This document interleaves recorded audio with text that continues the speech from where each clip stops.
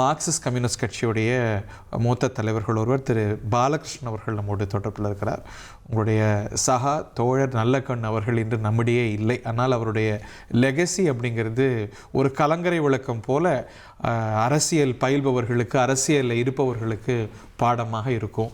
அவரோடு பணியாற்றிய, அவரோடு சகாவாக தோழராக பணியாற்றிய நீண்ட அனுபவம் உங்களுக்கு இருக்கும். உங்களோட உணர்வுகளை எல்லாம் பதிவு செய்யுங்க. எனக்கு இங்க விடுதலை போராட்டத்தில் கலந்து கொண்டு அன்றைக்கு பிரிட்டிஷ் அரசாங்கத்தினுடைய பல்வேறு அடக்குமுறை, பல்வேறு தாக்குதல்களை சந்தித்து பல ஆண்டு காலம் விடுதலைக்காக சிறை சென்று அப்படி போராடிய தோழர் நல்லக்கண் அவர்கள் அநேகமாக விடுதலை போராட்டத்தில் ஈடுபட்டு போராடிய பல்லாயிரக்கணக்கான தலைவர் போராளிகளில் கடைசி பிரதிநிதியா நம்மிடமிருந்து வாழ்ந்தவர். அவர் இப்போது மறைந்திருக்கிறார். எனவே விடுதலை போராட்டத்தில் ஈடுபட்ட அந்த தலைமுறை இவரோடு முடிவு பெற்று விட்டது என்கிறது ரொம்ப வேதனையான. சமீபத்தில் முடிந்தது திரு சங்கரையா அவர்களுடைய சகாப்தம். உங்க இயக்கத்தை சேர்ந்த இருவரும் அதே மாதிரி மார்க்சிஸ்ட் கம்யூனிஸ்ட் கட்சியுடைய தோழர் சங்கரையா அவர்கள் அவர்களுடைய மாணாக்கராக நான் இருப்பதில் பெருமைப்படுகிறேன் அடிக்கடி சொல்லுவேன். நாங்க எப்போ போய் கேட்டாலும் எனக்கு சங்கரையா எப்போ வகுப்பு நடத்தினாரு, எப்ப என்ன கட்சியில இணைத்தாருங்கிறத பெருமையோடு சுட்டி காட்டுவார். அதாவது சிபிஎம் சிபிஐ என்கிற அந்த பாகுபாடுலாம் இல்லாம சங்கரையா மீது அளவு கடந்த மரியாதையும் அளவு கடந்த பாசமும் கொண்டவர். வாழ்க்கையில அரசியல்ல ஈடுபட்டு பல ஆண்டு காலம் தலைமுறை வாழ்க்கை, பல ஆண்டு காலம் காவல்களை சித்திரவதைகள், அடக்குமுறைகள், தலைமுறை வாழ்க்கையில ஒவ்வொரு நாளைக்கு ஒரு வேளை சோறு கூட கிடைக்காது. அப்படியெல்லாம் நல்ல துணிமணி இருக்காது, நல்ல குளிக்க முடியாது. அப்படிப்பட்ட ஒரு அடக்குமுறை சித்திரவதைகளை தாங்கி கொண்டு பணியாற்றியதெல்லாம் நம்மால கற்பனை செய்தே பார்க்க முடியாத அப்படிப்பட்ட கொடூரமான அடக்குமுறை சந்தித்தவர் நல்லக்கண் அவர்கள். அது மட்டும் இல்ல, அவர் நீங்களே சொன்ன மாதிரி நல்ல படிப்பாளி, நல்ல வாசிப்பார், நல்ல எழுத்தாளர், நல்ல மொழிபெயர்ப்பாளர்.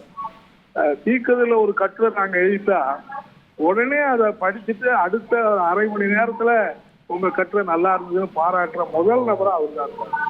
எத்தனை முறை எழுதினாலும் அத்தனை முறையும் படிச்சுட்டு உடனே பாராட்டுவார். அல்லது நேரா போன உடனே உங்க கட்டுரையை படிச்சா நல்லா இருந்தது. அது எழுதுற நமக்கு அவ்வளவு பெரிய உற்சாகத்தை, அளவு கடந்த ஒரு உற்சாகத்தை கொடுக்குற மாதிரி அவருடைய பாராட்டுகள் அமையும். அது மட்டும் இல்ல, ஒரு எளிமைனா எளிமைக்கே இலக்கணம் அவர் தான். எதிர்காலத்துல தமிழக அரசியல் தலைவர்கள் எப்படி இருக்கணும் என்பதற்கு இளைய தலைமுறைக்கு ஒரு வழிகாட்டியாகவும் ஒரு பாடமாகவும் வாழ்ந்து காட்டினவர் அவர் தான்.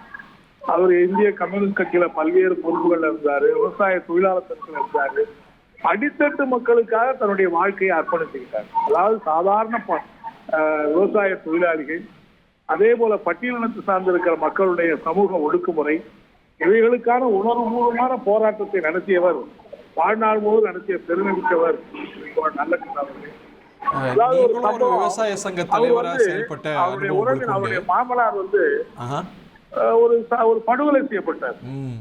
சாதாரண ஒரு படுகொலை நம்முடைய உறவினருக்கு ஏற்பட்டு எவ்வளவு பதட்டப்படுவோம் நம்ம. அந்த நேரம் தென் மாவட்டங்கள்லாம் ரொம்ப பதட்டமா இருந்தது, ஒரு சாதிய கலவர பிரதேசமா இருந்தது.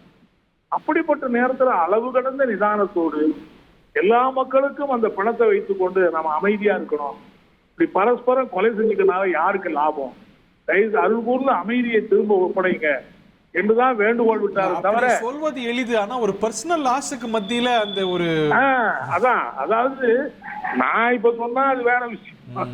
ஆனா அந்த மாதிரி ஒரு நேரடியான அந்த கொலை நடக்கிற போது அந்த பதட்டத்துல அவர் இன்னும் சொல்ல போனா அவருடைய மாமனார் தான் இவரை வளர்த்தவரு. அவர் ஒரு தந்தையை போல அவர் இறப்புல அவ்வளவு நிதானத்தை கடைபிடிச்சாருன்னா இதெல்லாம் நீங்க எங்கேயாவது எதிர்பார்க்க முடியுமா, கற்பனை செய்ய முடியுமா? நான் மாவட்ட செயலாளர் இருக்கிற போது ஒரு முறை நேரடியா போய் அவர் சந்திச்சேன்.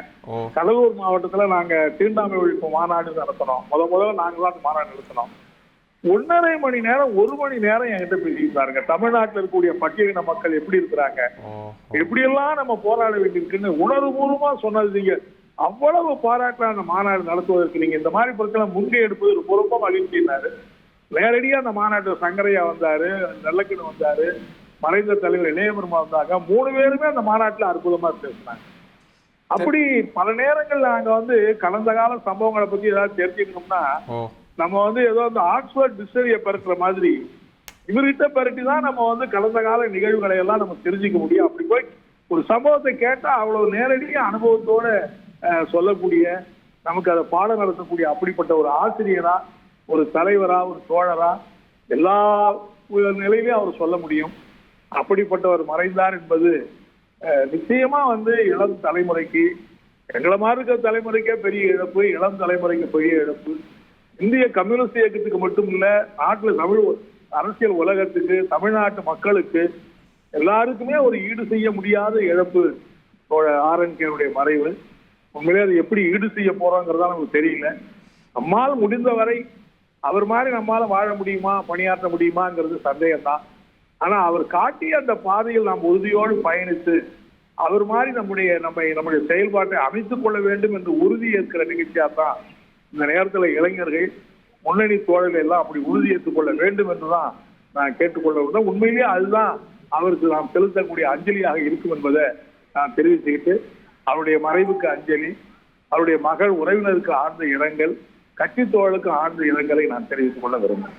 நீங்க வேளாண் சங்க தலைவராகவும் இருந்திருக்கிறீங்க. வேளாண் பெருங்குடிகளுக்கு அவர் ஆற்றிய பங்கும் கூட குறிப்பா தென்புலத்தால ரொம்ப முக்கியமானது. இன்னைக்கு தாமிரபரணி ஆற்று அதோடைய உரிமைக்காக, அதோடைய தூய்மைக்காக அவர் ஆற்றிய பணி ரொம்ப மகத்தானது. தாமிரபரணி ஆற்றுல மணல் கொள்ளை நடக்கிற போது, கனிம வள கொள்ளைகள் நடக்கிற போது, கனிம வள கொள்ளையை இருந்தா, மணல் கொள்ளையை இருந்தா அவ்வளவு இருக்கிற உயிர் தப்புன்னு சொல்ல முடியாது. அப்படிதான் இன்னைக்கு சமூகம் இருக்கு. அப்படிப்பட்ட நேரத்தில் கூட 95 வயசுல அந்த போராட்டத்தை அவர் நடத்தினார். கடைசி வரைக்கும் அந்த வழக்கை நடத்தினார். இப்படி தமிழ்நாட்டினுடைய அவருடைய கைப்படாத, அவருடைய பணிகள் இல்லாத ஒண்ணு ஏதாவது இருக்காருன்னா அப்படிலாம் சொல்ல முடியாது. எல்லாரோடையும், அதாவது கம்யூனிஸ்டுகளா இருக்கிறவங்க சினிமா துறையில் இருக்கிறவங்களோட எப்படி பழகுவாங்கன்னு நமக்கு தெரியாது. ஆனா அவர் எல்லாரோடையும் பழகியிருப்பார்.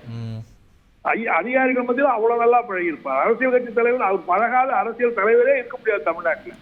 தந்தை பெரியார் துவங்கி, ஜீவா துவங்கி, அந்த காலத்திலேருந்து அனைத்து தலைமுறையில் உள்ள தலைவரோடையும் அப்படியான பழகிய அனுபவத்தினுடைய தொகுப்பா வாழ்ந்தவர் ஆர்என்கே என்று சொன்னால் அது மிகையாகாது தான் நான் நன்றி தோழர். தோழர் பாலகிருஷ்ணன் மார்க்சிஸ்ட் கம்யூனிஸ்ட் கட்சியின் சார்பாக தன்னுடைய கருத்துக்களை பதிவு செய்த பார்த்தோம். 1,26,00,000 மனங்களை வென்ற தந்தை டிவி யூடியூப் சேனல், தவிர்க்க முடியாத தம்ப்நெயில்ஸ், கலக்கலான கான்டென்ட்ஸ்.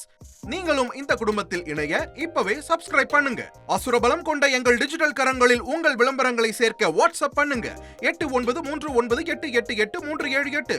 Email advttv@dttv.in.